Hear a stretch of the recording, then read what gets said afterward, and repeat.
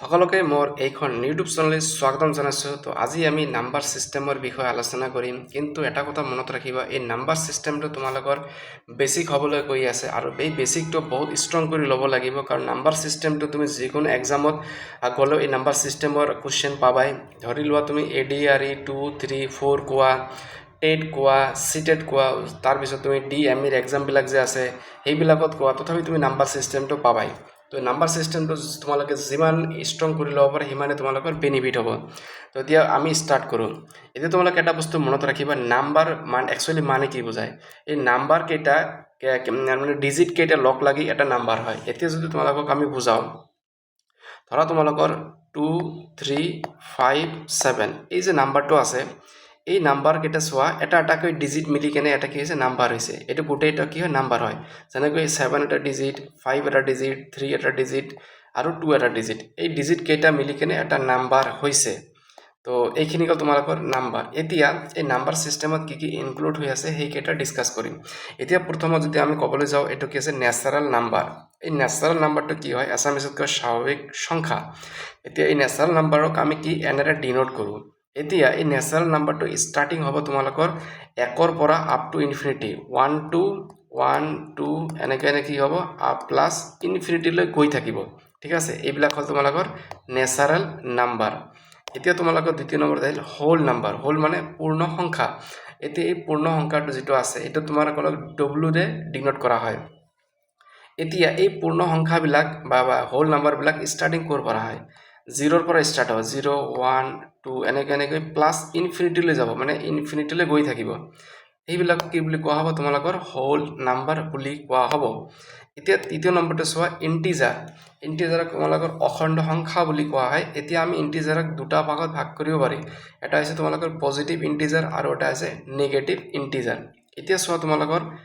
Positive integer আৰু এটা হৈছে তোমালোকৰ নেগেটিভ ইণ্টিজাৰ। এতিয়া নেগেটিভ ইণ্টিজাৰ যেতিয়া হ'ব তোমালোকৰ মানে -1, -2, -3 আপ টু কি হ'ব মাইনাছ ইনফিনিটিলৈ যাব। সেইবিলাকক নেগেটিভ ইণ্টিজাৰ বুলি কোৱা হ'ব। আৰু পজিটিভটো কি হ'ব, +1, +2, +3 এনেকৈ প্লাছ ইনফিনিটিলৈ যাব। এইবিলাকক পজিটিভ ইণ্টিজাৰ বুলি কোৱা হ'ব। কিন্তু এটা কথা তোমালোকে মনত ৰাখিব লাগিব, সদায় এই যে 0টো আছে, দেখা ইয়াত 1ৰ পৰা ষ্টাৰ্ট হ'ল, ইয়াত -1ৰ পৰা ষ্টাৰ্ট হ'ল। এতিয়া -1, 0 আৰু 1, এই 1 to -1ৰ মাজত কি পৰিল, 0 পৰিল। কিন্তু 0টো কিন্তু আমি পজিটিভতো ধৰা নাই, নেগেটিভতো ধৰা নাই। তাৰ মানে ইয়াৰ পৰা কি বুজিবা, 0টো পজিটিভ ইণ্টিজাৰো নহয়, নেগেটিভ ইণ্টিজাৰো নহয়। এইটো ইম্পৰ্টেণ্ট বস্তু কিন্তু, ঠিক আছে। এইটো তোমালোকক মনত ৰাখিব লাগিব। 0টো কি হয়, পজিটিভ ইণ্টিজাৰো নহয়, নেগেটিভ ইণ্টিজাৰো নহয়। এইখিনি হ'ল তোমালোকৰ ইণ্টিজাৰ। এতিয়া তোমালোকৰ আহিল ৰেচনেল নাম্বাৰ। এইটো তোমালোকৰ বহুত ইম্পৰ্টেণ্ট হয়, হোৱাট ইজ ৰেচনেল নাম্বাৰ। তো এই কনচেপ্টটো তোমালোকে জানিব লাগিব। এতিয়া ৰেচনেল নাম্বাৰবিলাক হৈছে numbers that can be written as P/Q form. এতিয়া কিছুমান নাম্বাৰ আছে যিবিলাক নাম্বাৰক আমি কি কৰোঁ, P/Q ফৰ্ম লিখিব পাৰোঁ। এতিয়া চোৱা P/Q ফৰ্মত মানে কেনেকুৱা ধৰণৰ হ'ব, ধৰি লোৱা P/Q ফৰ্মতটো লিখিলোঁ, কিন্তু এটা বস্তু কি কণ্ডিশ্যন হিচাপে এই কিউটো তোমালোকৰ নট ইজ ইকুৱেল টু 0 হ'ব। কিন্তু কিউটো 0 হ'ব নোৱাৰিব, কাৰণ যদি তুমি ধৰা P আছে আৰু আমি 0 দিলোঁ, তেতিয়াহ'লে ইয়াৰ ভেলুটো কি হ'ব, আনডিফাইণ্ড হ'ব। আনডিফাইণ্ড মানে ডিভাইড নাযাবই 0 দি, হয়নে নাই। তো সেইকাৰণে কিউটো 0 হ'ব নালাগিব। এই বস্তুটো তোমালোকক মনত ৰাখিব লাগিব, ঠিক আছে। এতিয়া আৰু এটা বস্তু কণ্ডিশ্যন তোমালোকক মনত ৰাখিব লাগিব। এইটো হ'ল তোমালোকৰ কি আছিল, P/Q ফৰ্মত আছিল, হয়নে নাই। কিন্তু এই P আৰু কিউটো কি হ'ব লাগিব, ইণ্টিজাৰ হ'ব লাগিব। ইণ্টিজাৰ অলৰেডি তোমালোকক কৈছোঁ ইণ্টিজাৰবিলাক কি কি হয়। তো এইটো কি হ'ব লাগিব, ইণ্টিজাৰ হ'ব লাগিব। অ'কে, তো এইটো তোমালোকৰ ৰেচনেল নাম্বাৰ। এতিয়া আহিল তোমালোকৰ 5th নম্বৰত ইৰেচনেল নাম্বাৰ। এতিয়া এই ইৰেচনেল নাম্বাৰবিলাক কি হয়, numbers that can not be written as এজেবল ফ্ৰেকশ্যন। মানে কৈছে যিকোনো নাম্বাৰ হওক বা এনেকুৱা এটা নাম যিটোক আমি কি কৈছে ফ্ৰেকশ্যনত লিখিব নোৱাৰোঁ। এতিয়া যদি এক্সাম্পল হিচাপত লওঁ, এই পাই, এইটো কি বুলি কয়, পাই বুলি কয়। এতিয়া এই পাইৰ কিন্তু এটা ভেলু আছে, এইটো ভেলু আছে কি 3.141 এনেকৈ 2 এনেকৈ গৈ থাকে। মানে এইটো কণ্টিনিউৱাছলি গৈয়ে থাকিব। মানে এটা হ্যাক নহ'ব। এই হ্যাক নোহোৱাৰ কাৰণে এই পাইটোক আমি কি বুলি ক'ম, ইৰেশ্যনেল নাম্বাৰৰ ভিতৰত ধৰিব পাৰোঁ। মানে বেচিকেলি যিবিলাক নাম্বাৰ মানে দশমিকৰ পিছত মানে নাম্বাৰ কেইটা মানে গৈয়ে থাকিব সেইকেইটাক আমি ইৰেশ্যনেল নাম্বাৰ বুলি ক'ম। এতিয়া আৰু এটা এক্সাম্পল আছে তোমালোকৰ √2। এতিয়া এই √2টো যে আছে, এতিয়া চোৱা √2ৰ ভেলু কিমান হ'ব, 1.41 এনেকৈ গৈ থাকিব। ঠিক আছে, এনেকৈ গৈয়ে থাকিব কাৰণে এই √2 এটা কি হয়, ইৰেশ্যনেল নাম্বাৰ হয়। এইটো হ'ল তোমালোকৰ 5 নম্বৰ। এতিয়া আমি 6 নম্বৰটোলৈ আহোঁ। 6 নম্বৰটোত কি কৈছে, প্ৰাইম নাম্বাৰছ। এইটো হৈছে তোমালোকৰ বহুত ইম্পৰ্টেণ্ট, কাৰণ প্ৰাইম নাম্বাৰটো মানে চবতে লাগি থাকে। প্ৰাইম নম্বৰটো কি কৈছে, numbers greater than 1 that have only 2 factors 1 and themselves. মানে এনেকুৱা এটা নাম্বাৰ কৈছে যাৰ কি ফেক্টৰ দুটাই হ'ব, এটা হ'ল 1 আৰু এটা যিটো নাম্বাৰ ক'ব সেই নাম্বাৰটো নিজে হ'ব। এতিয়া যদি তোমালোকক এটা বুজাওঁ 2, এই 2ৰ ফেক্টৰ কি হ'ব, এটা 1 হ'ব আৰু এটা 2 নিজেই হ'ব। সেইকাৰণে কৈছে যিবিলাক নাম্বাৰৰ ফেক্টৰ দুটা, এটা হ'ব 1 আৰু এটা 2, সেইবিলাকক প্ৰাইম নাম্বাৰ বুলি কোৱা হ'ব। এতিয়া যদি আমি 4টো কওঁ, এই 4টো কিন্তু প্ৰাইম নম্বৰ নহয়। কিয়? কাৰণ ইয়াৰ ফেক্টৰ দেখা কেইটা হ'ব, এটা 1 হ'ব, এটা 2 হ'ব আৰু এটা 4টো নিজেই হ'ব। কেনেকৈ, 1 × 4 = কি হয়, 4 হয়। 2 × 2 = কি হয়, 4 হয়। তাৰ মানে এটা 1 পালা, এটা 2 পালা আৰু এটা 4 পালা। ইয়াৰ ফেক্টৰ কেইটা কি হ'ল, 3টা হ'ল। গতিকে যিবিলাক নাম্বাৰৰ ফেক্টৰ 3টা হ'ব, মানে দুটাতকৈ বেছি হ'ব, সেইবিলাকক কম্পজিট নাম্বাৰ বুলি কোৱা হ'ব। ঠিক আছে, মই একেবাৰে দুটাই বুজাই দিলোঁ, কম্পজিট নাম্বাৰৰ বুজাই দিলোঁ। এইটোত 7 নম্বৰত আছে কম্পজিট নাম্বাৰছ, নাম্বাৰ ছেভিং মোৰ দেন 2 ফেক্টৰ। যিবিলাক নাম্বাৰৰ এটাতকৈ দুটা ফেক্টৰ থাকিব সেইবিলাক কম্পজিট নাম্বাৰ বুলি কোৱা হ'ব। অলৰেডি মই বুজাই দিছোঁ কম্পজিট নাম্বাৰ কোনবিলাক কয়। এতিয়া তোমালোকৰ এই যে ছেকেণ্ডটোলৈ আহিলোঁ, ডিভিজিবিলিটি ৰুল। এই ৰুলটো কিন্তু বহুত ইম্পৰ্টেণ্ট হয়, মানে তোমালোকে কুৱেশ্যনবিলাক দেখিলে গম পাবা এই ডিভিজিবিলিটি ৰুলটো বহুত ইম্পৰ্টেণ্ট হয়। এতিয়া তোমালোকক এটা ৰুল মনত ৰাখিব লাগিব। এতিয়া প্ৰথমত যদি আমি কওঁ 2, মানে কোনবিলাক নাম্বাৰ 2ৰে ডিভিজিবিলিটি হ'ব, মানে ডিভিজিবল হ'ব, সেইবিলাকক 2 দি ডিভিজিবল হোৱা বুলি কোৱা হ'ব। এতিয়া চোৱা 2টো আছে, চাব লাগিব লাষ্ট ডিজিট ইজ ইভেন। যদি লাষ্ট ডিজিটটো কি হয়, ইভেন হয়। এতিয়া যদি মই এটা এক্সাম্পল হিচাপত লৈছোঁ কি 14টো, 14ৰ লাষ্ট ডিজিট কি আছে, 4 আছে। এই 4টো কি হয়, ইভেন হয়। আৰু তোমালোকেতো জানাই ইভেন আৰু অড কি হয়। ঠিক আছে, যিবিলাক নাম্বাৰক আমি 2ৰে হৰণ কৰিলে সম্পূৰ্ণৰূপে ডিভাইড হয় বা হৰণ যায়, সেইবিলাকক ইভেন নাম্বাৰ বুলি কোৱা হয়। আৰু যিবিলাক নাম্বাৰক আমি 2ৰে ডিভাইড কৰিলে সম্পূৰ্ণৰূপে হৰণ নাযায়, মানে ৰিমাইণ্ডাৰ থাকি যায়, সেইবিলাকক অড নাম্বাৰ বুলি কোৱা হয়। এতিয়া যদি 3, 5, 7 গৈ থাকিব, এইবিলাক কি হৈছে, 2ৰে হৰণ কৰিলে ৰিমাইণ্ডাৰ থাকিব, এইবিলাক কি হ'ব, তোমালোকৰ অড নাম্বাৰ হ'ব। এতিয়া চোৱা 2, 4, 6, 8 এইবিলাক কি হৈছে, গৈ থাকিব, এইবিলাক দেখাত 2ৰে হৰণ কৰিলে ৰিমাইণ্ডাৰ নাথাকে, গতিকে সেইবিলাকক কি বুলি কোৱা হ'ব, ইভেন নাম্বাৰ বুলি কোৱা হ'ব। এই বস্তুবিলাক তোমালোকক মনত ৰাখিব লাগিব, কোনবিলাক অড নাম্বাৰ আৰু কোনবিলাক ইভেন নাম্বাৰ। ঠিক আছে, এইটো হ'ল তোমালোকৰ 2ৰে ডিভিজিবিলিটি ৰুল। এতিয়া যদি আমি চাওঁ 3ৰে ডিভিজিবল কেনেকৈ হ'ব। এতিয়া 3ৰে ডিভিজিবল হ'ব গ'লে sum of digit is divisible by 3। এতিয়া ধৰা মই এটা এক্সাম্পল লৈছোঁ 15টো, ইয়াত কি লৈছোঁ, এক্সাম্পলটো চোৱা, এই 15টোলৈ চোৱা। 15টোত কি কৈছে, দুটা ডিজিট আছে, 1 আৰু 5 আছে। কৈছে একৰ্ডিং টু ৰুল হিচাপত 1 আৰু 3টো তুমি এড কৰা, কিমান হ'ব, 4 হ'ল, হয়নে নহয়, 1 আৰু 5 আছে, হয়নে নহয়, 1 আৰু কিমান আছে, 5 আছে। তো 1 আৰু 5 তুমি যেতিয়া এড কৰিবা তেতিয়া কিমান হ'ব, 6 হ'ব। এই 6ক আমি 3ৰে ডিভাইড কৰিলে কিমান হ'ব, 2 হ'ব, মানে সম্পূৰ্ণৰূপে ডিভাইড গৈছে। এতিয়া যেতিয়া তোমালোকে 3 দি চেক কৰিবা, তেতিয়া কি কৰিবা, যিটো নাম্বাৰ থাকিব সেই নাম্বাৰৰ প্ৰত্যেকটো ডিজিট ছাম কৰিবা, মানে যোগ কৰিবা। যোগ কৰি যিটো যোগফলটো পাবা, সেই যোগফলক তুমি কি কৰিবা, 3ৰে ডিভাইড কৰাৰ চেষ্টা কৰিবা। যদি সম্পূৰ্ণৰূপে ডিভাইড যায়, তেতিয়াহ'লে যিটো নাম্বাৰ দিয়া থাকিব সেই নাম্বাৰটো 3ৰে ডিভিজিবল হ'ব। অ'কে, এইটো হ'ল তোমালোকৰ 3ৰ ৰুল। এতিয়া আহিলোঁ আমি ডিভিজিবলৰ 4ৰ ৰুলটো কি হৈছে,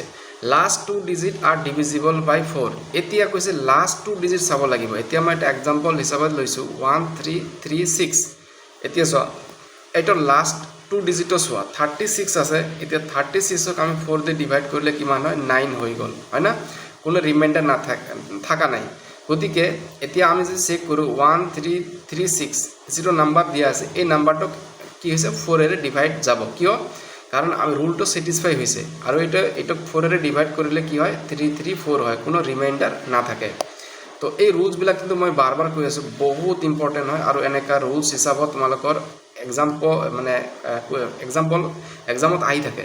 ঠিক আছে এইটো হ'ল তোমালোকৰ 4 এতিয়া আমি আহিলোঁ 5 ডিভিজিবলটো কি হ'ব last digit is 0 or 5 last digit কি হ'ব লাগিব তোমালোকৰ 0 নাইবা 5 হ'ব লাগিব এতিয়া যদি আমি এটা এক্সাম্পল লওঁ ধৰি ল'লোঁ 50 ধৰা বা 55 ধৰা লাষ্ট ডিজিট চোৱা এইটো 0 আছে আৰু এইটো লাষ্ট ডিজিট কি আছে 5 আছে যদি লাষ্ট ডিজিটটো 0 আৰু 5 থাকে তেতিয়াহ'লে গোটেই নাম্বাৰটো 5 ডিভিজিবল হ'ব ঠিক আছে এইটো হ'ল তোমালোকৰ 5 ডিভিজিবিলিটি ৰুল এতিয়া যদি আমি 6ত আহোঁ 6তটো ইজি হয় কি কৈছে the numbers which are divisible by 2 আৰু 3 then the numbers also' divisible by 6 এতিয়া কৈছে ধৰি লোৱা এটা এক্সাম্পল 168 দিয়া আছে এই 168টো কি কৈছে 2 আৰু 3 দি ডিভাইড যায় নে নাযায় এইটো অলৰেডি ৰুলটো পাইছা 2 দি ডিভিজিবল হ'লে কি ৰুল হ'ব 3 দি ডিভিজিবল হ'লে কি ৰুল হ'ব এই দুটা ৰুলে এইটোত এপ্লাই কৰিব লাগিব ইন কেছ অফ যেতিয়া ৰুল 6টো আহিব হয় না যেতিয়া 2 আৰু 3 ডিভাইড যাব নাম্বাৰটো তেতিয়া হোল নাম্বাৰ মানে যেটা নাম্বাৰ থাকিব সেই নাম্বাৰটোকো কি হ'ব 6 ডিভিজিবল হ'ব তো এইটো তুমি চেক কৰিবা দেখিবা হৈ গৈছে হা এতিয়া তোমালোকৰ 7 ডিভিজিবিলিটি ৰুলটো এতিয়া 7টো কি কৈছে এইটো তোমালোকৰ তিনটা ষ্টেপত মই ডিভাইড কৰিছোঁ ফাৰ্ষ্ট কি কৈছে লাষ্ট ডিজিট ইনটু 2 যেটো লাষ্ট ডিজিট থাকিব হেইটোক 2 ৰে মাল্টিপ্লাই কৰিবা এটা এক্সাম্পল দি বুজাই দিম টেনচন ল'ব নালাগে লাষ্ট ডিজিট যেটো থাকিব হেইটোক 2 ৰে মাল্টিপ্লাই কৰিব লাগিব হয় 2 নম্বৰ কি কৈছে সাবট্ৰেক্ট ফ্ৰম ৰিমেইনিং নাম্বাৰ 2 ৰে মাল্টিপ্লাই কৰাৰ পিছত যেটো ৰিজাল্ট পালা আৰু বাকি যেটো নাম্বাৰ থাকিব এই নাম্বাৰ কেটা কি কৰে সাবট্ৰেক্ট কৰিব লাগিব ওকে তাৰপিছত ৰিজাল্ট নাম্বাৰ ইফ ডিভিজিবল বাই 0 অৰ 7 এতিয়া এই সাবট্ৰেক্ট কৰাৰ পিছত যেটো নাম্বাৰ পালা সেই নাম্বাৰটো চেক কৰিব লাগিব 0 আৰু 7 এৰ ডিভিজিবল হয় নে নহয় যিকোনো এটাৰে ডিভিজিবল হলে তাৰ মানে যেটো নাম্বাৰ থাকিব গোটেই নাম্বাৰটো 7 এৰ ডিভিজিবল হ'ব এতিয়া যদি এটা এক্সাম্পল হিচাপত মই লৈছো 343 আছোৱা ফাৰ্ষ্টত কি কৈছে লাষ্ট ডিজিট এটা কি আছে 3 আছে 3 টো কি হৈছে লাষ্ট ডিজিট এই লাষ্ট ডিজিটক কি কৈছে 2 ৰে মাল্টিপ্লাই কৰিব কৈছে তো এই 2 ৰে মাল্টিপ্লাই কৰিলে কিমান হ'ল 6 হ'ল এটা সেকেন্ডত কি কৈছে বাকি ৰিমেইনিং তো কি হ'ব তেতিয়া হলে ৰিমেইনিং তো চোৱা ইয়াত ৰিমেইনিং কি আছে 3 4 আছে এটো ৰিমেইনিং আছে হয় না এই 3 4 ক কি কৰিম যেটো ইনটু কৰিলো মানে মাইনাস যেটো 6 ওলাল এই 6 দি আমি কি মাইনাস কৰিম কিমান ওলাল 28 ওলাল এতিয়া এইটো এটা ৰিজাল্ট ওলাল এই ৰিজাল্টক দেখিব লাগিব কি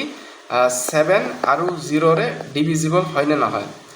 28 ক আমি 7 এৰ মাল্টিপল হিসাবে যদি লিখো 4 * 7 লিখিব পাৰো তাৰ মানে এই 28 ক আমি 7 এ ডিভাইড কৰিব পাৰো গতিকে যদি 28 ক 7 এ ডিভাইড কৰিব পাৰো তার মানে গোটেই নাম্বার কিমান আছিল 343 আছিল এই 343 টো 7 দি ডিভিজিবল হ'ব এটো হৈছে রুল তো 7 এর রুলটো অলপ মানে কঠিন কব গলে তো 7 এর রুলটো বেছিকৈ মনত ৰাখা ট্ৰাই কৰিবা ঠিক আছে তো এইটো হ'ল তোমালোকৰ 7 এৰ ৰুল সৰি তো মই একদম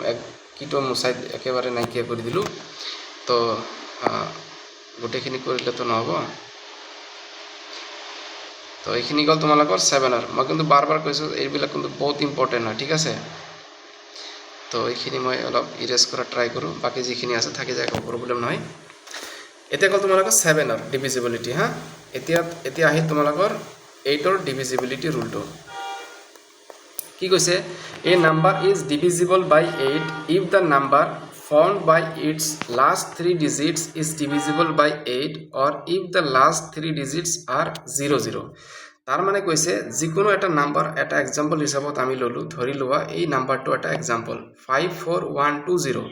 কৈছে লাষ্ট 3 ডিজিটটো চাব লাগিব এই লাষ্ট 3 ডিজিটটো কি হৈছে ডিভিজিবল বাই 8 মানে 8 এর ডিভিজিবল হয় না নহয় এটো চাব লাগিব ঠিক আছে যদি লাষ্ট 3 ডিজিটটো 8 এর ডিভিজিবল হয় সরি লাষ্ট 8 এর ইয়াত হ'ব কিমান হ'ব 8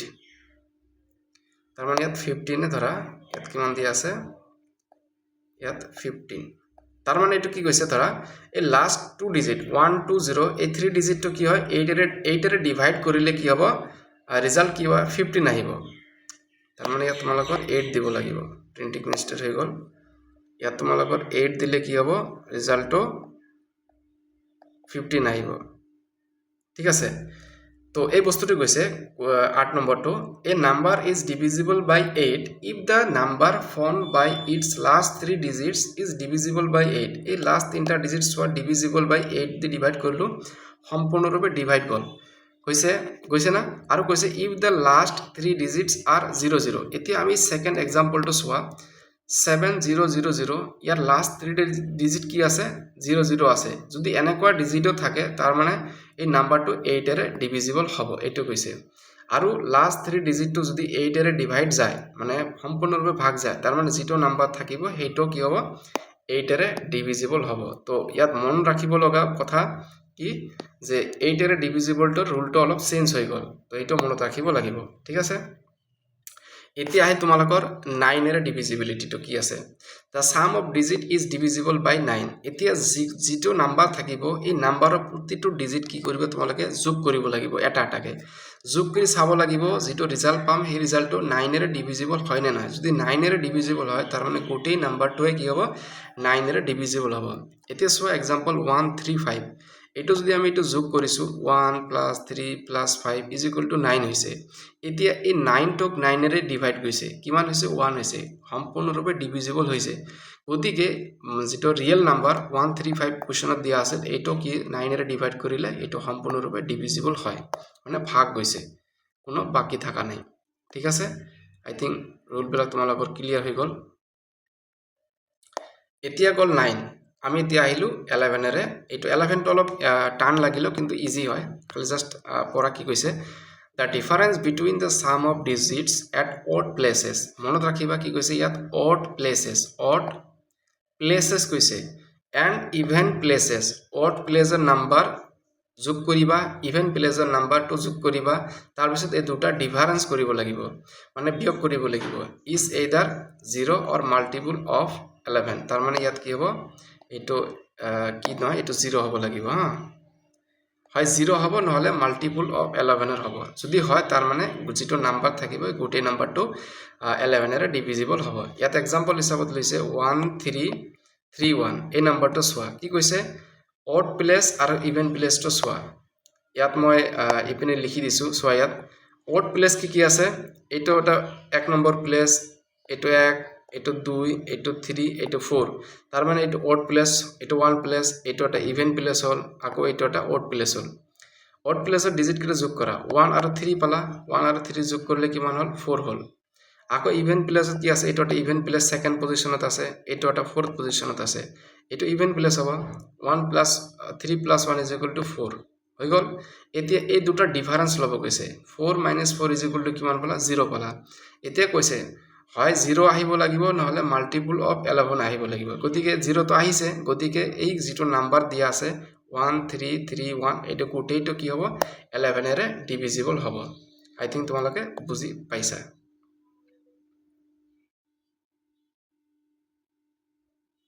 গল এইখিনি মই ইৰেজ কৰি দি আছো ওকে হৈছে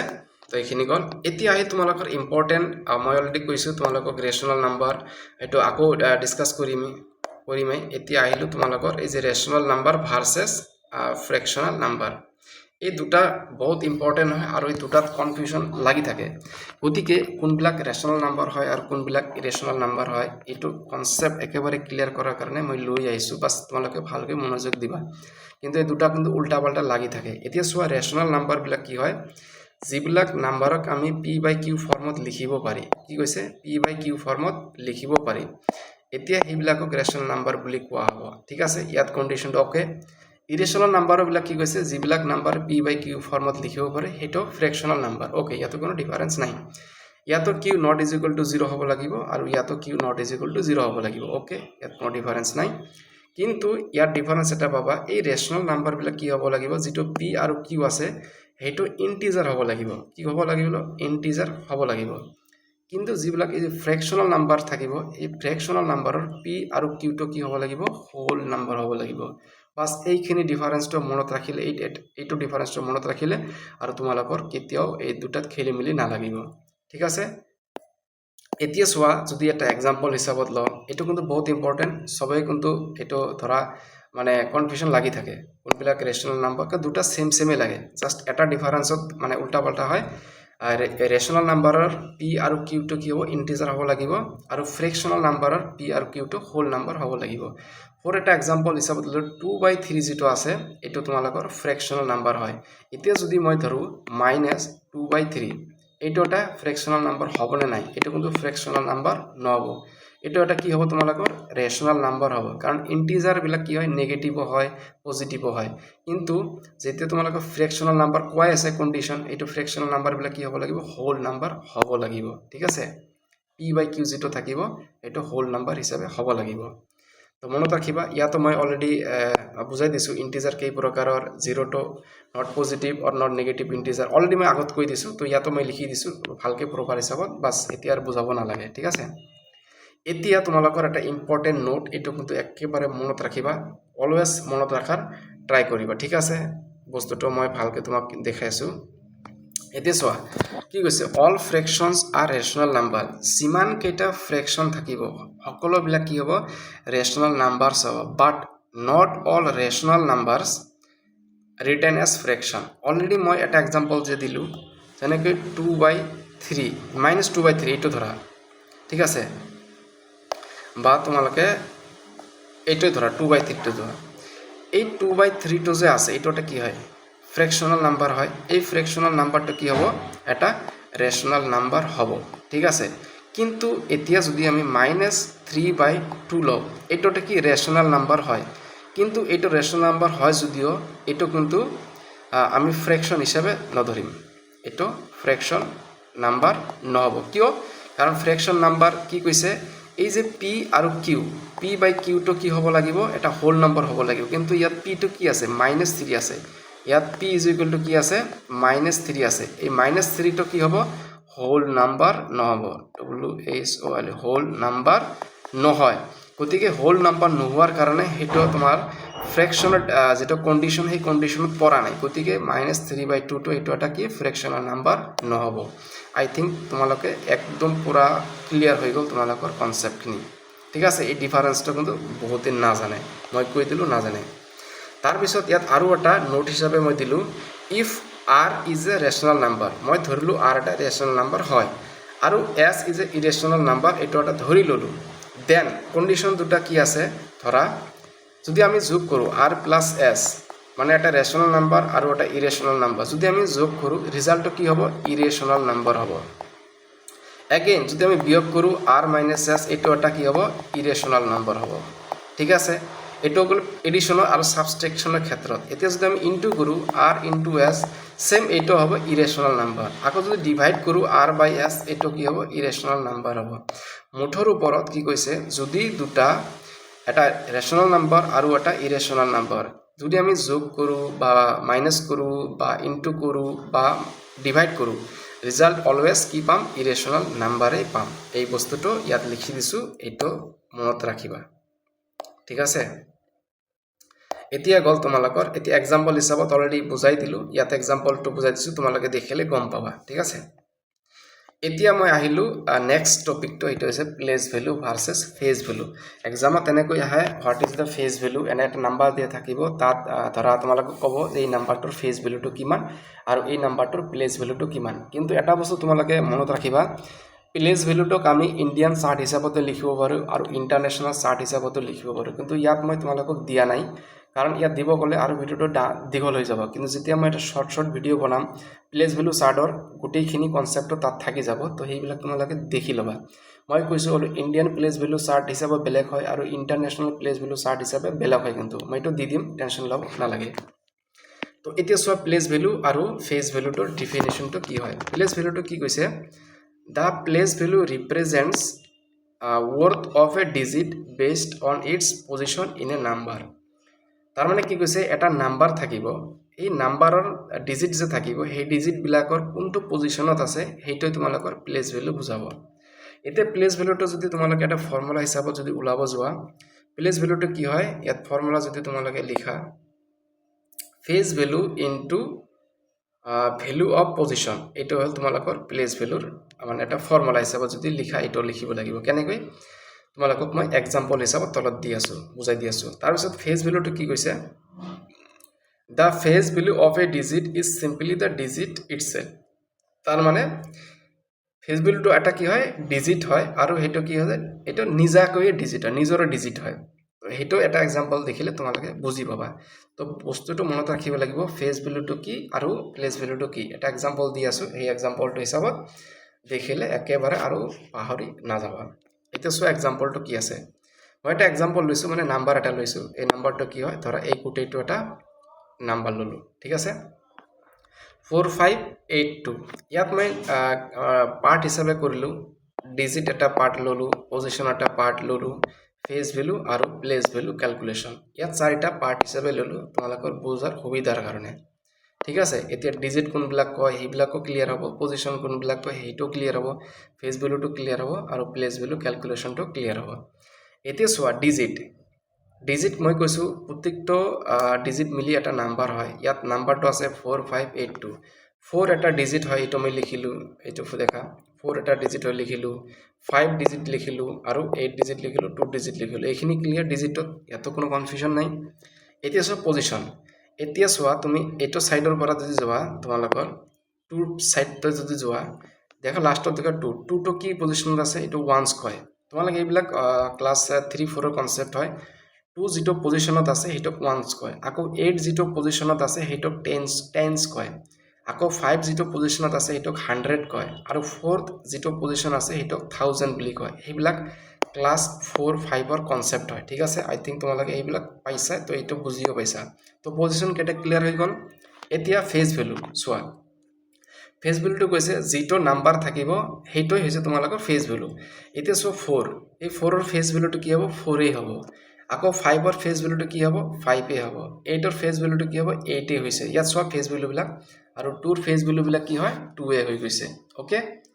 এতিয়া সোৱা প্লেস ভ্যালু বিলাক ক্যালকুলেশন এতিয়া সোৱা এতিয়া দেখা এই 4 টো থকা 4 টো কি পজিশনত আছে 1000 পজিশনত আছে না নাই গতিকে আমি এটো কি লিখিব পাৰো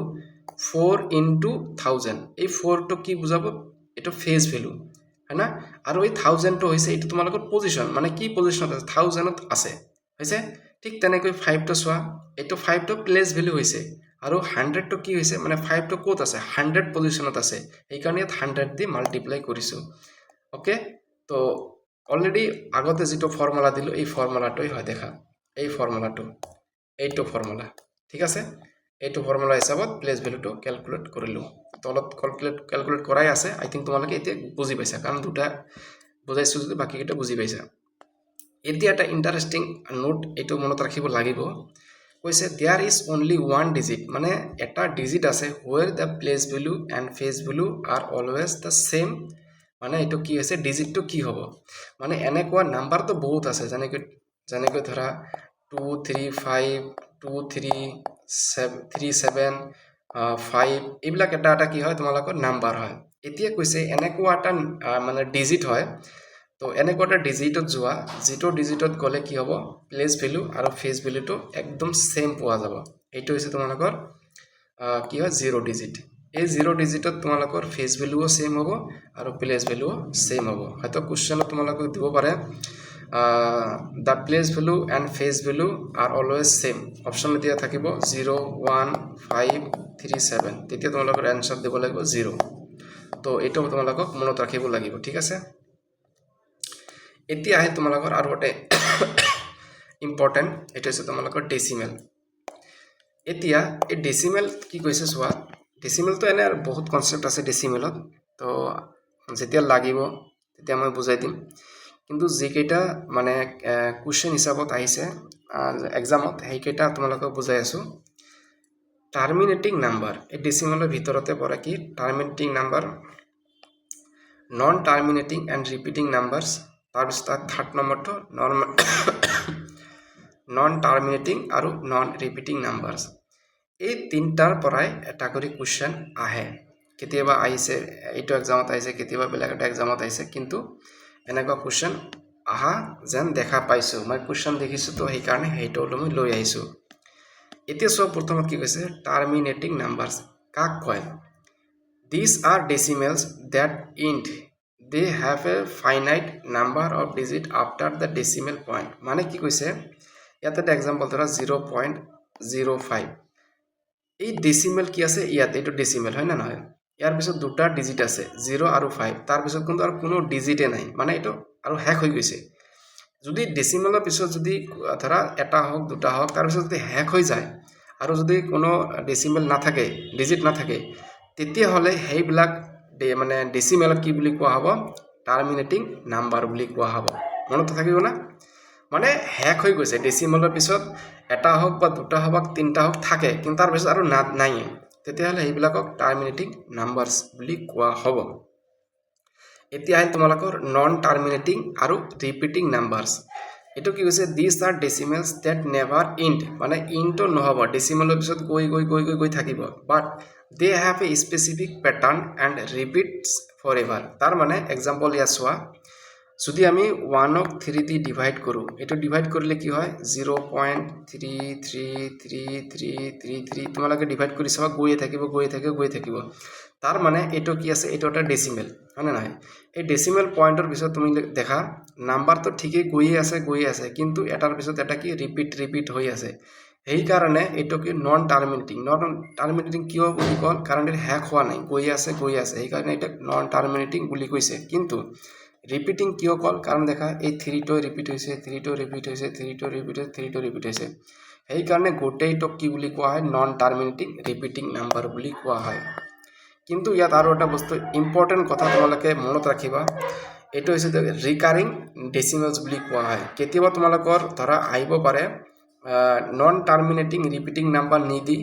হয়তো ৰিকাৰিং ডেসিমেলস দিব পাৰে কোশ্চেনত তেতিয়া বুজিব লাগিব ও এটো নন টাৰ্মিনেটিং ৰিপিটিং নাম্বাৰ গতিকে এই টাৰ্মটো তোমালোকক মনত ৰাখিব লাগিব ৰিকাৰিং ডেসিমেলস ওকে এটো গল এতিয়া তোমালোকৰ নন টাৰ্মিনেটিং নন ৰিপিটিং নাম্বাৰস এটো সব কি কৈছে these are the wild numbers they never end these are known as irrational numbers আৰু এইবিলাকক irrational number বুলি কোৱা এতিয়া সব তোমালোকক মই কি কৈছো এনে মানে নামটো পঢ়িলে বুজি পাবা নন টাৰ্মিনেটিং মানে গয়ে থাকিব আৰু কৈছে নন ৰিপিটিং মানে নাম্বাৰ কেটা ৰিপিট নহব ডেসিমেলৰ পিছত নাম্বাৰ যিমান কেটা আহিব কিন্তু কোনো এটা নাম্বাৰ মানে সিকোয়েন্স হিচাপত ৰিপিট নহব যেনেকৈ এটা एग्जांपल পাইৰ ভ্যালুটো চোৱা 3.1415925 ইমান কিনিলে চোৱা দেখা কোনো এটা মানে নাম্বাৰটো ৰিপিট হোৱা নাই ৰিপিট হৈছে নেকি হোৱা নাই গতিকে এই নামৰ পৰাই তোমালোকে বুজিব পাই আছা যে নন টাৰ্মিনেটিং মানে এই ডেসিমেলৰ পিছত নাম্বাৰটা গয়ে থাকিব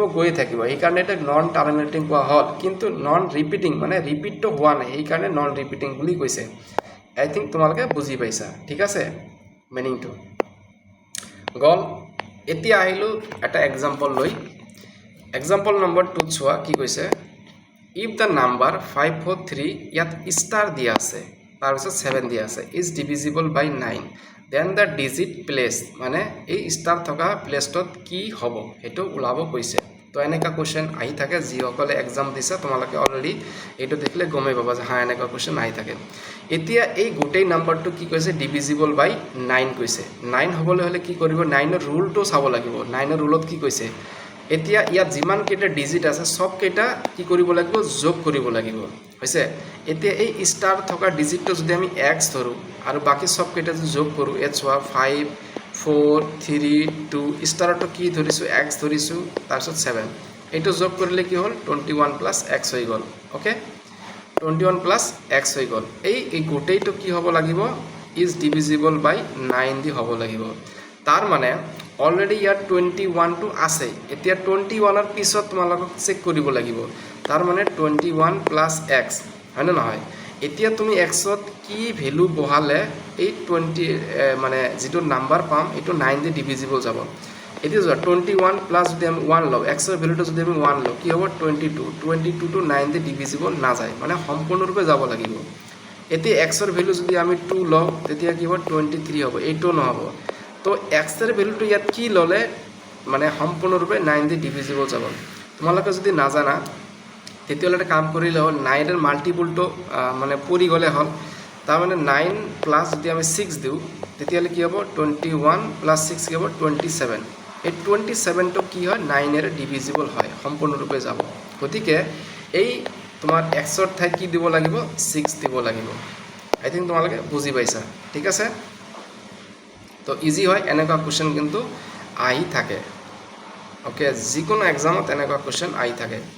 তো তোমালোকে বুজিয়ে পাইছা কোৱেশ্চনটো কেনেকুৱা টাইপৰ আৰু এনসাৰটো কেনেকুৱা হ'ল এতিয়া হয় তোমালোকৰ ৰিমাইণ্ডাৰ ৰুল এই ৰিমাইণ্ডাৰ ৰুলো ইম্পৰ্টেণ্ট হয় এনেকুৱা কুৱেশ্যনো আহি থাকে এই ৰিমাইণ্ডাৰৰ কুৱেশ্যন কৰিব হ'লে তোমালোকক এই তিনিটা কণ্ডিশ্যন অলৱেজ মাইণ্ডত ৰাখিব লাগিব যদি ৰিমাইণ্ডাৰৰ কুৱেশ্যন সলভ কৰিব যোৱা কি কৈছে চোৱা a to the power n plus b to the power n is divisible by a plus b when n to কি হ'ব লাগিব odd হ'ব লাগিব তাৰ মানে কি কৈছে a to the power n plus b to the power n এই যে n টো যে আছে কন্ডিশন n টো কি হ'ব লাগিব অড হ'ব লাগিব যদি অড হয় তেতিয়া a plus b এই a plus b টো কি হ'ব এই গোটেইটোক ডিভিজিবল যাব a plus b দি এই গোটেইটোক ডিভিজিবল যাব এই কথাটোই কৈছে কেতিয়াবা কোৱেশ্যনত এনেকুৱা ফৰ্ম দেখা পাবা তেতিয়া তোমাক কি ক'ব ৰিমাইণ্ডাৰ ওলাব কৈছে এই ৰুলটো ফলো কৰিব লাগিব ওকে বুজি পাইছা এক্সাম্পল দিলে আৰু ক্লিয়াৰ হৈ যাব তো এক্সাম্পল দি দিম টেনশ্যন ল'ব নালাগে এতিয়া 2 নম্বৰটোত চোৱা কি কৈছে a to the power n minus b to the power n এতিয়া এইটো যে দিয়া আছে ইয়াত যদি আমি এতিয়া n টো কি লওঁ ইভেন লওঁ যদি n টো ইভেন আহি যায় ইভেন আহি যোৱাৰ লগে লগে কি হ'ব a plus b আৰু এটা কি হ'ব a minus b এতিয়া এই a plus b টো কি হ'ব এই গোটেইটোক ডিভিজিবল যাব আকৌ a minus b টো দিও এই গোটেইটোক ডিভিজিবল যাব ঠিক আছে এইবিলাক মনত ৰাখিব লাগিব কিন্তু তাৰ পিছত আৰু এটা লৈ আহিলো এতিয়া a to the power n minus b to the power n এটো এটা আকৌ আহিল এতিয়া যদি আমি এই n টো ইয়াত কি লওঁ অড লওঁ এতিয়া n টো আমি কি ললো অড ললো এই n টো অড লোৱাৰ কাৰণে কি হ'ব এতিয়া a minus b এই a minus b টো কি হ'ব এটো ডিভাইড যাব a minus b দি আমি এইটো গোটেইখিনি ডিভাইড কৰিব পাৰিম ওকে এই তিনটা ৰুলস অলৱেজ মাইণ্ডত ৰাখিব লাগিব যেতিয়া তুমি ৰিমাইণ্ডাৰৰ কোৱেশ্চন কৰিব যাবা এনেকুৱা ফৰ্মতে আহিব কোৱেশ্চনটো তেতিয়া ভাবিব লাগিব যে ওটা ৰিমাইণ্ডাৰৰ সূত্ৰটো এপ্লাই কৰিব লাগিব বা ফৰ্মুলা কেইটা এপ্লাই কৰিব লাগিব ওকে এতিয়া এটা যদি আমি এটা এক্সাম্পল হিচাপত যাওঁ so find the reminder when 6 to the 7 to the power 67 plus 67 is divided by 68 already তোমালোকক কৈছোৱে ইয়াত চোৱা মই সলিউশন কৰি দিছো অলৰেডি 6 ইয়াত চোৱা 67 to the power 67 আৰু প্লাস 67 এইটোক চোৱা আমি যেটো তলা ওপৰত যে তিনটা ফৰ্ম বুজালো এই তিনটা ফৰ্মত লোৱা ট্ৰাই কৰো 67 to the power 67 আৰু এই দেখা 67 টক আমি মানে ভাঙি ললো 1 plus 66 লিখা যায় তো এটো এড কৰিলে কিমান হ'ব 67 এ হ'ব ওকে এতিয়া 67 to the power 67 এটো ঠিকে থাকি গল আৰু এই 1 টক আমি কি লিখিব পাৰো 6 to the power 7 লিখিব পাৰো কিয় কারণ 1 এর পাওয়ার জিমানে থাকুক না কি হয় 1 লাখ এর ভ্যালু অলওয়েজ 1 হবে 1 এর পাওয়ার 2 8 9 এটা থাকিলে 1 এর ভ্যালু এটা ভ্যালু কি হবে 1 এ হবে ওকে তো এই কারণে আমি 1 টু দি পাওয়ার 6 7 লিখিব পারো তার মানে এতিয়া এটা কি পৰিল এটা ফৰ্মত পৰি গল উপৰ যে ফৰ্ম কেটা বুজালো তাৰ একটা ফৰ্মত পৰিছে কি ফৰ্ম পৰিছে a to the power n plus b to the power n আৰু ইয়াত n টো কি আছে দেখা n is equal to কি মান আছে 67 এই 67 টো কি আছে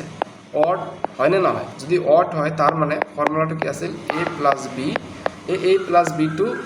যেটো পাম এই গোটেইটো এটোতে ডিভাইড যাব হৈছে এটো ৰুলত পৰি গল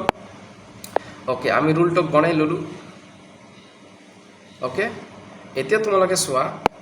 আমি এই ৰুলটো যে বনালো এখিনি এটা ৰুলত পৰি গল বাকি কি থাকিল প্লাস 66 তো বাহিৰত থাকি গল এতিয়া এই যেটো বাহিৰত থাকি গল এটোক আমি ডাইৰেক্টলি ৰিমাইন্ডাৰ হিচাপে ধৰিলাম যেটো বাহিৰত থাকি যাব ফৰ্মত পেলোৱাৰ পিছত যেটোই বাহিৰত থাকিব হেটো হৈছে তোমালোকৰ ৰিমাইন্ডাৰ ওকে আই থিংক তোমালোকৰ ক্লিয়াৰ হৈ গল এনেকা কোৱেশ্চন আৰু আনিম আৰু সলভ কৰিলে তোমালোকে মানে পাই যাবা ওকে তো এটা হল ৰিমাইন্ডাৰ থিওৰেম এতিয়া এই যে আৰু এটা তোমালোকৰ আইলো ইম্পৰ্টেন্ট ফৰ্মুলাস এই ফৰ্মুলা কেটা তোমালোকে বিলিভ নকৰিবা এৰিথমেটিক প্ৰোগ্ৰেশন জিওমেট্ৰিক প্ৰোগ্ৰেশনতো লাগিব প্লাস নাম্বাৰ সিস্টেমতো লাগে তো মই ইয়াত ডেৰিভেশ্যন কৰিও দিছোঁ, তোমালোকক ডেৰিভেশ্যনবিলাক নালাগে। কিয় নালাগে? কাৰণ এক্সামত তোমালোকক জাষ্ট ফৰ্মুলাটো যদি মনত ৰাখা বাছ হৈ গ'ল, ডেৰিভেশ্যন কৰাৰ কোনো দৰকাৰেই নাই। এতিয়া চোৱা, ফাৰ্ষ্টত কি কৈছে, sum of first n natural number. এই যে মই অলৰেডি কৈছিলোঁ যে নেচাৰেল নাম্বাৰ কি হয়, হোল নাম্বাৰ কি হয় থাকিব। এতিয়া যদি তোমালোকে নাজানিলা হয় নেচাৰেল নাম্বাৰটো কি হয়, তেতিয়াহ'লে এইটো বুজিয়ে নাপালা হয়। সেইকাৰণে কৈছে সেইবিলাক দৰকাৰ আছে। কৈছে সাম মানে কি যোগ, ফাৰ্ষ্ট ষ্টাৰ্টিঙৰ পৰা কৈছে এণ্ড নেচাৰেল নাম্বাৰ। তাহলে নেচাৰেল নাম্বাৰ ষ্টাৰ্টিং ক'ৰ পৰা হয়? 1ৰ পৰা। গতিকে 1 2 3 4 আপ টু n লৈকে এইকেইটা যোগ কৰিব কৈছে। যোগ কৰিলোঁ। এতিয়া এই যোগ কৰিলে এই ৰিজাল্টটো আহিব, হৈছে এই ৰিজাল্টটো আহিব। এতিয়া তোমালোকক এনেকুৱা কুৱেশ্যন দিয়া থাকিব পাৰে 1 + 2 + 3 + এনেকৈ দিয়া থাকিব, ঠিক আছে। আৰু অপশ্যনত দিয়া থাকিব ইয়াৰ ভেলু হ'ব n × n+1/2, এনেকুৱা অপশ্যনত দিয়া থাকিব। তেতিয়াহ'লে যদি তুমি এইটো জানা তেনেহ'লে তুমি ডাইৰেক্টলি ক্লিক কৰিব পাবা, ৰাইট এনচাৰটো ওলাব পাবা। তো সেইকাৰণে এইটো তোমালোকক জানিব লাগিব। অ'কে, এতিয়া চোৱা মই এইটো ডেৰিভেশ্যন কৰি দিছোঁ। এতিয়া এই ডেৰিভেশ্যনটো কৰিব গ'লে তোমালোকৰ AP চিৰিজ মানে এৰিথমেটিক প্ৰগ্ৰেশ্যনত এপ্লাই কৰিব লাগিব। তো এৰিথমেটিক প্ৰগ্ৰেশ্যনটো এতিয়া নালাগে, যেতিয়া আমি এই চেপ্টাৰত আহিম তেতিয়া এইটো লৈ মানে গোটেইখিনি ডিছকাছ কৰি দিম। অ'কে, এতিয়া চোৱা ইয়াততো যিটো ফাৰ্ষ্ট আছে এইটো কি বুলি কয়, ফাৰ্ষ্ট টাৰ্ম বুলি কোৱা হয়। এটা কি ক'ব, ফাৰ্ষ্ট টাৰ্ম। এইটো এটা চিৰিজ হয়, এই চিৰিজৰ প্ৰথমত যিটো আছে এইটো ফাৰ্ষ্ট টাৰ্ম, আৰু ফাৰ্ষ্ট টাৰ্মক এ দি ডিনোট কৰে। গতিকে ফাৰ্ষ্ট টাৰ্মটো কি আছে, 1 আছে। এতিয়া যিকোনো দুটা নাম্বাৰ ল'বা, যিকোনো কি ল'বা, দুটা নাম্বাৰ ল'বা। ইয়াত আমি এই দুটা ল'লোঁ, তুমি মাজৰ পৰা ল'ব পাৰা, কোনো অসুবিধা নাই, কিন্তু চিৰিয়েলি ল'ব লাগিব। কি ল'লোঁ, চিৰিয়েলি ল'ব লাগিব। এতিয়া 1 আৰু 2 ল'লোঁ। এই 1 আৰু 2 কি কৈছে, যিটো ছেকেণ্ড নাম্বাৰ পাবা, এইটো ফাৰ্ষ্ট নাম্বাৰ হ'লে এইটো কি হ'ব, ছেকেণ্ড নাম্বাৰ হ'ব। এই ছেকেণ্ডটোৰ পৰা ফাৰ্ষ্টটো মাইনাছ কৰা, কিমান পাবা, 1 পালা।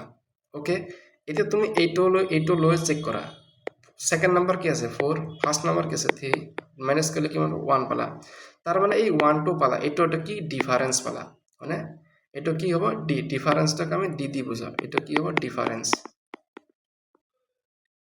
এই ডিফাৰেঞ্চটোকে কমন ডিফাৰেঞ্চ বুলি কোৱা হয়। অলৰেডি মই ইয়াত লিখি দিছোঁ, ইয়াতো বুজাই দিলোঁ, ঠিক আছে। তো এইখিনি ক্লিয়াৰ হৈছে। তো ফাৰ্ষ্ট টাৰ্ম কোনটো কয়, কমন ডিফাৰেঞ্চ কোনটো কয়, এইখিনি ক্লিয়াৰ হৈ গ'ল। এতিয়া চোৱা এৰিথমেটিক প্ৰগ্ৰেশ্যনৰ SNৰ ফৰ্মুলা মানে সামেশ্যনৰ ফৰ্মুলা হয় এইটো, n/2 twice a + n-1 * d।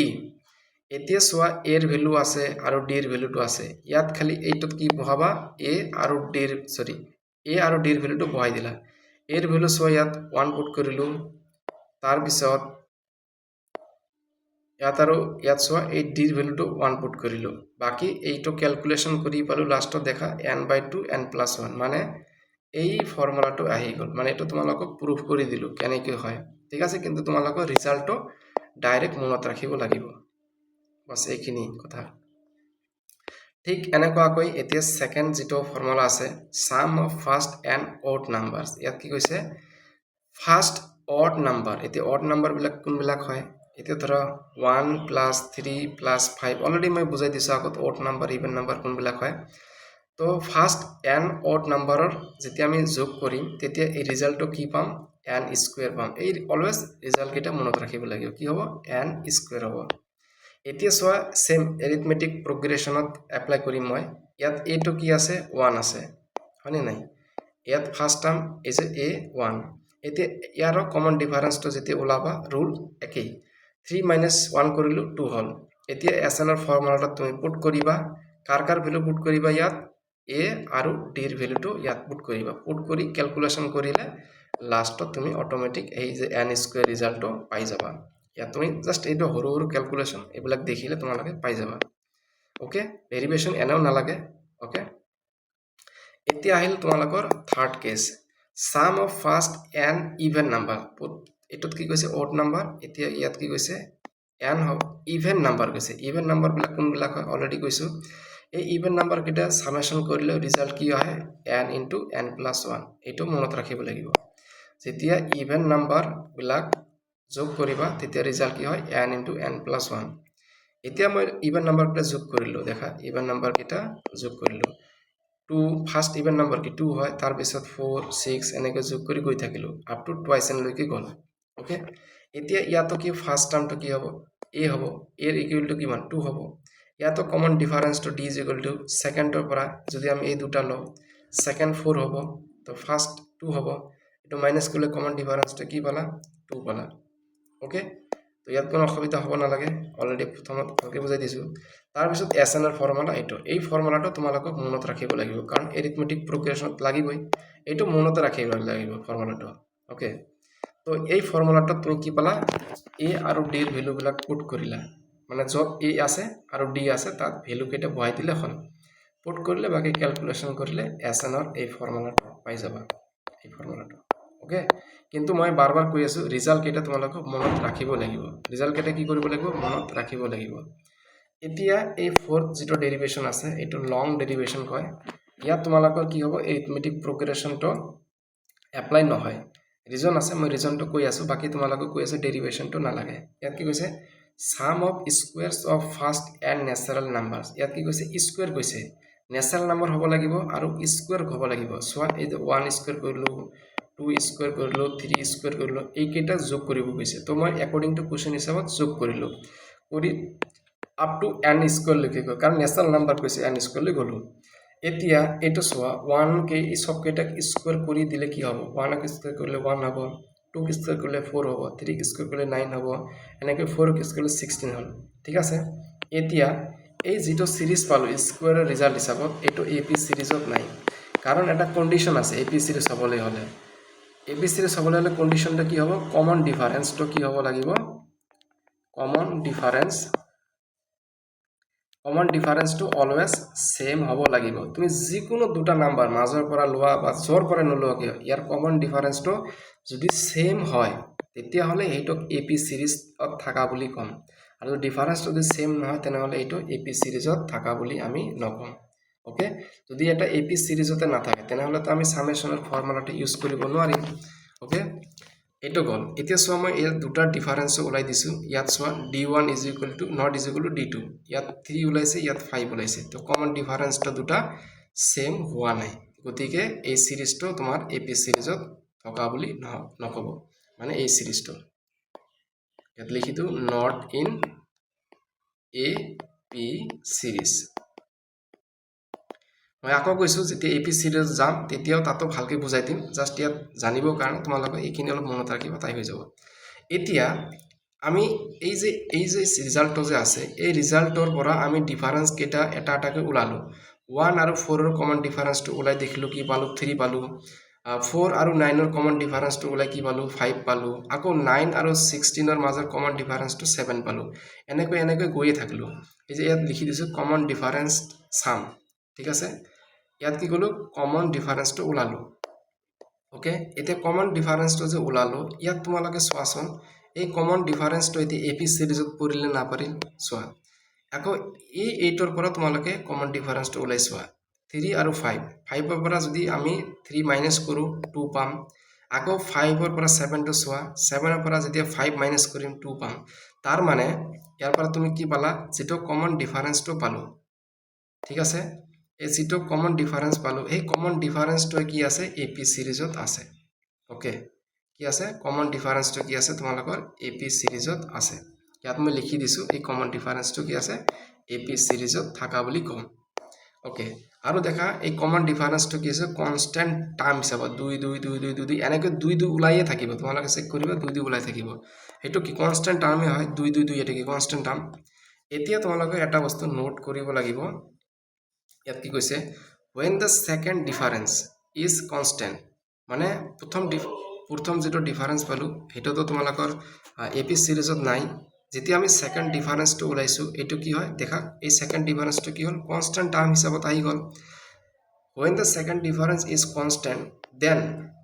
sum SN এটো কি হ'ব তোমালোকৰ then sum is a AP সিৰিজৰ যেটো sum আছে SN এটো কি কয় সামেশন কয় will always be a cubic polynomial এটো কি হ'ব এটা কিউবিক ফর্মত থাকিব বুজি পাইছা তেতিয়া কি হ'ব এটো এটা কিউবিক ফর্মত থাকিব আৰু মই কিউবিক ফৰ্মটো লিখি দিছো এইটো হৈছে তোমালোকৰ কিউবিক পলিনোমিয়াল ফৰ্ম মানে প্ৰথমত পাৱাৰ এটাত কিউব থাকিব, কিউবৰ তলৰ পাৱাৰ কি হ'ব 2 হ'ব, আকৌ 2ৰ তলৰ পাৱাৰ কি হ'ব 1 হ'ব, ইয়াত একো নাই মানে কি হ'ব, ইয়াত মনে মনে 1 আছেই। ওকে, তাৰপিছত দেখা এনটো নাই, এনৰ পাৱাৰ 0 আহি গৈছে। তো এইটোক কয় পলিনমিয়েল। আই থিংক বুজি পাইছা, এইটো কিউবৰ পলিনমিয়েল। কণ্ডিশ্যন কি,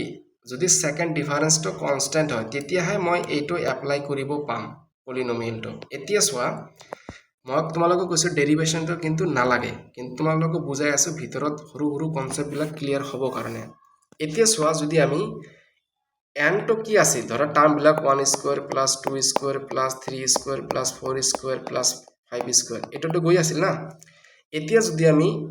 এনটোক আমি 0 টাৰ্ম হিচাপে লওঁ, হৈছে এন মানে 0 টাৰ্ম, ইয়াততো 0 আছে, 0 স্কুৱেৰ মানে কি 0, এইটো 0 টাৰ্ম হ'ব, হয় না। যদি আমি এনটোক 0 লওঁ তেনেহ'লে এছ এন কি পাম, এছ এনটো 0 পাম। এছ এন 0 কি মানে, কাৰণ এছ এনৰ কোনো টাৰ্মে নাথাকিব। যেতিয়া আমি এছ এনটো 0 পাম তেতিয়া এই গোটেইটোত চাবা তোমালোকে, এনৰ ভেলু যদি আমি 0 পুট কৰি দিওঁ, এ ইনটু 0 হ'ব প্লাছ এনৰ ভেলুটো, বি ইনটু 0 হ'ব প্লাছ চি ইনটু 0 হ'ব প্লাছ ডি হ'ব।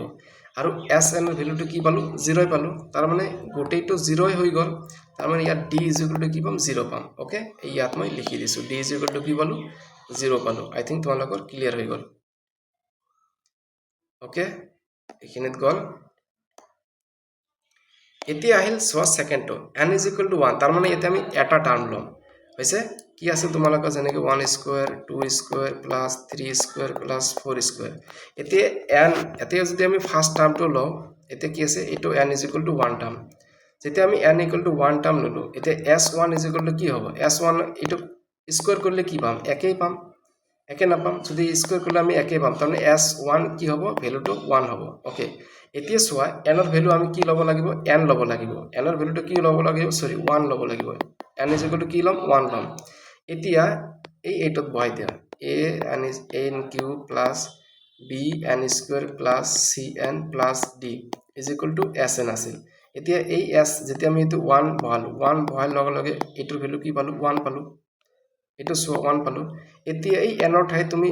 1 বহাই দিবা, তেনেহ'লে কি পাবা, a plus b plus C, আৰু ডিটো কি পাইছোঁ, অলৰেডি 0 পাইছোঁ, ইকুৱেল টু কি হ'ল, 1 হ'ল। অ'কে, তাৰমানে ইয়াৰ পৰা কি পাবা, a plus b plus c is equal to 1, এইটো এটা ইকুৱেশ্যন পালা। ইয়াত মই লিখি দিছোঁ ইকুৱেশ্যনটো কেনেকৈ হ'ল, জাষ্ট তোমালোকক বুজাই দিলোঁ। অ'কে, আই থিংক এইখিনি তোমালোকৰ ক্লিয়াৰ হৈ গ'ল। এতিয়া চোৱা, আমি যদি এন ইজ ইকুৱেল টু আমি দুটা টাৰ্মত যাওঁ, এতিয়া যদি আমি দুটা টাৰ্ম লওঁ, এইটো এটা টাৰ্ম, এইটো এটা টাৰ্ম, এই দুটা টাৰ্ম আমি যোগ কৰোঁ, 1 স্কুৱেৰ প্লাছ 2 স্কুৱেৰ কি হ'ব, 5 হ'ব। এই 5টো কি হ'ব, এছ এন হ'ব। এছ এন মানে এন এছ2 লিখিব লাগিব, কাৰণ দুটা টাৰ্ম লৈছোঁ, এছ ইয়াত 2 লিখিম। অ'কে, এতিয়া যেতিয়া আমি S2 লিখিম আৰু এনৰ ভেলুটো কি ল'ম, 2 বহাম। ক'ত বহাম, a n q plus b n square plus c n plus d is equal to s n মানে 2, এই 2ৰ ভেলু কি বহাম, ইয়াত 5 বহাম। অ'কে, এতিয়া এ ইনটু যেতিয়া আমি 2 এন ইজ ইকুৱেল টু কি বহাব লাগিব, 2, এই 2 কিউব কৰিলে কিমান হ'ব, 8 হ'ব। এ ইনটু 8 বহাম প্লাছ বি ইনটু, এতিয়া এন ইজ ইকুৱেল টু 2 মানে স্কুৱেৰ কৰিব লাগিব, এইটো কিমান হ'ব, 4 হ'ব। বি ইনটু 4 প্লাছ চি, এতিয়া এন ইজ ইকুৱেল টু 2, মানে এনৰ 2ৰ পাৱাৰ কি 1 আছে, গতিকে ৰিজাল্ট কি হ'ব, 2 হ'ব। গতিকে C into 2 is equal two 5। তো এইটো কেলকুলেশ্যন কৰিলে তোমালোকৰ কি আহিব, এই ৰিজাল্টটো আহিব। ইয়াতো মই কৰি দিছোঁ, বাছ এইখিনি তোমালোকক বুজাই দিলোঁ। অ'কে, এইখিনি ক্লিয়াৰ হৈ গ'ল। এতিয়া তোমালোকৰ থাৰ্ড টাৰ্ম, এতিয়া এন ইজ ইকুৱেল টু যদি 3 ল'ম, মানে এতিয়া 3টা টাৰ্ম ল'ম। এতিয়া এইটো এটা ল'ম, এইটো এটা ল'ম, এইটো এটা ল'ম, এইটো যোগ কৰা, S3 ইজ ইকুৱেল টু কিমান হ'ব, 1 প্লাছ 2 স্কুৱেৰ প্লাছ 3 স্কুৱেৰ, এইটো কিমান হ'ব, 1 plus 4 plus 9 is equal two কিমান হ'ব তোমালোকৰ, SN 14 হ'ব। SNৰ ভেলুটো কিমান হ'ব, 14। তো ফ'ৰ্থ টাৰ্ম এইটো তোমালোকে চাবা, বাকী চব বুজিয়ে পাবা, খালি এনৰ ভেলু কেইটা ইয়াত 3 বহাই যাবা, ঠিক আছে। বহাই কেনে আমি 3টা ইকুৱেশ্যন পাম। এনেকৈ কেইটা ইকুৱেশ্যন পাম, টোটাল 3টা ইকুৱেশ্যন। আৰু এইটো ইকুৱেশ্যন কেইটা সলভ কৰিব নালাগে। তো এই 3টা ইকুৱেশ্যন সলভ কৰা মেথড তোমালোকক নালাগে, ঠিক আছে। কিন্তু এই 3টা ইকুৱেশ্যন সলভ কৰিলে, আফটাৰ সলভিং এই 3 ইকুৱেশ্যন, এৰ ভেলুটো কিমান পাম, 1/3, বিৰ ভ্যালু পাম 1/2 আৰু চিৰ ভ্যালু পাম 1/6 এই তিনটা ইকুৱেশ্যন যে আছে এই তিনটা ইকুৱেশ্যন সলভিং কৰাৰ মেথডবিলাক কিন্তু তোমালোকৰ এডিআৰইটো নাহে যেতিয়া তোমালোকে এডিআৰই 2ত আহিব পাৰে কিন্তু 3 4ত নাহে ঠিক আছে আৰু ক্লাছ এইবিলাক সলভ কৰাৰ ক্লাছ 9 আৰু 10ত আছে এইবিলাক ইকুৱেশ্যন কেনেকৈ সলভ কৰে এইবিলাক আছে তোমালোকে যদি নোৱাৰা এইটো তোমালোকে কমেন্ট কৰি দিবা এই মেথডটোৰে কেনেকৈ সলভ কৰে সেইটো মই সৰু এটা ভিডিও বনাই দিম ওকে যদি নোৱাৰা কমেন্ট কৰিবা কিন্তু বেসিক্যালি তোমালোকক নালাগে তথাপি মই গোটেইখিনি ডেৰিভেশ্যনটো বুজাই দি আছো এতিয়া এই এ বি চিৰ ভ্যালুটো এই ইয়াত দেখা এছএন ৰ অৰিজিনাল যেটো ফৰ্মুলা আছিল এছএন পলিনোমিয়েলৰ এই এ বি চিৰ কেটা ভ্যালু ইয়াত বহাই দিলো ইয়াত তোমালোকে চাবা এটো অৰিজিনাল পলিনোমিয়েল ভ্যালুটো আছিল না ইয়াত এ বি চিৰ ভ্যালু কেটা তাত পুট কৰি দিছো মানে বহাই দিছো ইয়াত এ বি চিৰ ভ্যালু কেটা যেতিয়া বহাই দিলো বহাই দি এটোটা ক্যালকুলেশন কৰো এই গোটেইটোটা কি হলো ফ্ৰেকশন হল এটো ফ্ৰেকশনৰ যোগটো তোমালোকে পাইছাই এই ফ্ৰেকশনৰ ভ্যালু কেটা ক্যালকুলেশন কৰিলে কি হ'ব থকা 3 2 আৰু 6 এই কেটাৰ এলসিএম কিমান হ'ব 6 হ'ব গতিকে তলত আমি 6 বহালো এতিয়া কি কৰিব লাগিব এই 3 এটাটাকে ল'ব লাগিব প্ৰথমত এটো ল'ব লাগিব এই তলত কি আছে 3 আছে এই 3 টো দি এই 6 ক কি কৰিবা ভাগ কৰিবা ডিভাইড কৰিবা কিমান টাইমছ হ'ব 2 টাইমছ এই 2 দি এই 1 টো পূৰণ কৰিবা এই 1 ক পূৰণ কৰিবা গতিকে 1 ক পূৰণ কৰিলে কি হ'ব 1 * 2 = 2 হৈছে আৰু n কিউব টো কি ওপৰত আছে গতিকে এটো ওপৰত থাকি যাব ঠিক তেনেকুৱাকৈ এতিয়া এইটো চাবা এইটোলৈ চাবা 2 তলত কি আছে 2 এই 2 টো দি 6 ক ডিভাইড কৰিবা ডিভাইড কৰিলে কি বাজব 3 টাইমছ যাব এই 3 টো দি 1 ক ইনটু কৰিলে কি হ'ব 3 হ'ব গতিকে 3 আৰু n স্কয়াৰ আছে n স্কয়াৰ থাকি গল ঠিক আছে তো এনেকৈ তাৰ পিছত এটো কৰিবা আই থিংক তোমালোকে পাবা এটো সৰু ক্লাছৰ হয় ফ্ৰেকশনৰ ক্লাছ বিলাক ক্লাছ 5ত আছে তাৰ পিছত ক্লাছ 6ত পাবা তোমালোক এইবিলাক হৈছে ফ্ৰেকশনৰ সামেশন বিলাক ওকে তো এইখিনি ক্যালকুলেশন কৰিলে লাষ্টত তুমি ফাইনাল ৰিজাল্টটো কি পাবা সোৱা তো গোটেইখিনি বুজাই দিলো না নাই গোটেইখিনি তোমালোকক বুজাই দিলো তো ইয়াত এটা বস্তু উঠি গল ইয়াত কি হ'ব 6 এটা আহি যাব ওকে এই গুটি ক্যালকুলেশন কৰিলে লাষ্ট যেটো ৰিজাল্ট পালা এইটো ৰিজাল্ট পালা এই ৰিজাল্টটো মনত ৰাখিবই লাগিব কেনেকৈ n * n + 1 twice n + 1 by 6 এই ৰিজাল্টটো তোমালোকক মনত ৰাখিব লাগিব আৰু ইয়াত এটা বস্তু ইয়াত মই কমন কেনেকৈ লয় 2n² + 3n + 1 এইটো কমনত কেনেকৈ ভাঙে হেটো মই দেখাই দিছো তোমালোকে যদি কমন লব নোৱাৰা কমেন্ট কৰিবা যে কমনটো কেনেকৈ লয় মানে অনলি কমনৰ কেইটামান কোৱেশ্চন লৈ তোমালোকক বুজাই দিম যদি নোৱাৰা বাট কমেন্ট কৰিবা অলৰেডি ভিডিওটো লম্বা হৈ গল 1 আৱাৰ হ'ব গৈ আছে যদি নোৱাৰা কমেন্ট কৰিবা মই বুজাই দিম বাট এটো ইয়াতে ৰাখি থৈ দিলো ওকে এটো ৰাফ হিচাপে থৈ দিবা এটো কি হ'ব এটোটা ৰাফ ওকে এতিয়া কি কৈছে তোমালোকৰ আকৌ ফৰ্থ তো চোৱা সাম অফ কিউবস এতিয়া আৰু এটা আছে sum of cubes of first n natural number এতিয়া কি কৈছে কিউব কৈছে মানে 1 কিউব 2 কিউব 3 কিউব 4 কিউব এনেকৈ n কিউব ইয়াৰ ফৰ্মুলাটো কি হ'ব n * n + 1/2 এটো হোল ব্ৰেকেট আৰু স্কয়াৰ হ'ব লাগিব মানে এইটো ৰিজাল্ট তো এইবিলাক মনত ৰাখিব লাগিব ঠিক আছে তো এটো লেন্দি হ'ব ডেৰিভেশ্যন কৰিব গলে তো এটো ডেৰিভেশ্যন কৰি নিদিলো বাস ফৰ্মুলাটো মনত ৰাখিবা এতিয়া এটা আমি কোৱেশ্চন লৈ আইছো কি আছে কোৱেশ্চনটো চোৱা the sum of 3 consecutive ইয়াত এটা বস্তু ইৰেজ হৈ গৈছে এটা হ'ব consecutive even integers is 60 then the smallest integer to কি হ'ব এতিয়া চোৱা consecutive মানে কি বুজাব এটা বুজিব লাগিব consecutive মানে serially যেনেকৈ যদি কয় 2 এটোটা ইভেন নাম্বাৰ ইয়াৰ consecutive ইভেন নাম্বাৰটো কি হ'ব 4 হ'ব মানে 2 ৰ পিছত 4 আহি যাব আকৌ এই 2 4 ৰ পিছৰ consecutive ইভেন নাম্বাৰ কি হ'ব 6 আহিব মানে serially হ'ব লাগিব এটো কয় consecutive নাম্বাৰ এতিয়া কি কৈছে ইভেন ইন্টিজাৰ হ'ব লাগিব ধৰি ললো আমি let এটো কিন্তু বহুত ইম্পৰ্টেন্ট হয় the 3 consecutive even integers are কি হ'ব এটা আমি x ধৰি ললো x + 2 হ'ব আৰু এটা x + আমি 4 ললো কিও দেখা অলৰেডি কোৱেশ্চনত কৈ দিছে ইভেন হ'ব লাগিব নাম্বাৰটো কি হ'ব লাগিব ইভেন হ'ব লাগিব গতিকে আমি যদি x ৰ যিকোনো এটা ভ্যালু ধৰো এটা আমি কি লম ইভেনে ধৰি চেক কৰিব লাগিব গতিকে যদি ইভেন এটা 2 ধৰোঁ এতিয়া ইয়াত চোৱা কনজিকিউটিভটো হয়নে নহয় চাব লাগিব ইয়াত যদি আমি এক্সৰ ভেলুটো 2 পুট কৰোঁ 2 + 2 কি হ'ব আকৌ ইয়াত 2 + 4 ধৰা ইয়াত 2 আহি গ'ল এইটো যোগ কৰিলে কি হ'ব 4 হ'ব ইয়াত কি হ'ব 6 হ'ব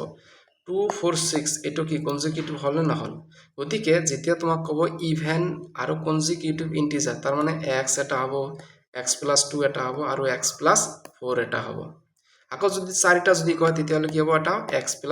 6 এটা হ'ব ঠিক আছে কাৰণ ইয়াত তোমাক 3টা কৈছে সেই কাৰণে 3টাই ল'লে হ'ল 4টা ল'ব নালাগে বুজাই দিলো কনজিকিউটিভ কেনেকৈ আহি গ'ল এতিয়া অ্যাকৰ্ডিং টু কোৱেশ্চন হিচাপত কি কৈছে যদি আমি অ্যাকৰ্ডিং টু কোৱেশ্চনত যাওঁ সাম কৈছে এই তিনিটা কনজিকিউটিভ নাম্বাৰটো কি কৰিব লাগিব এই তিনিটা কনজিকিউটিভ নাম্বাৰক যোগ কৰিব লাগিব আমি যোগ কৰিলো x ৰ লগত এটো প্লাস কৰিলো x ৰ লগত কি কৰিলো এটো প্লাস কৰিলো আকৌ x + 2 ৰ লগত x + 4 যোগ কৰিলো মানে বেসিক্যালি তোমালোকে এটো দেখিলে বুজি পাবা তো যোগ কৰি আৰু বাকি ক্যালকুলেশন কৰি ইয়াত কেইটা x আছে এটা দুটা তিনটা গতিকে 3x হল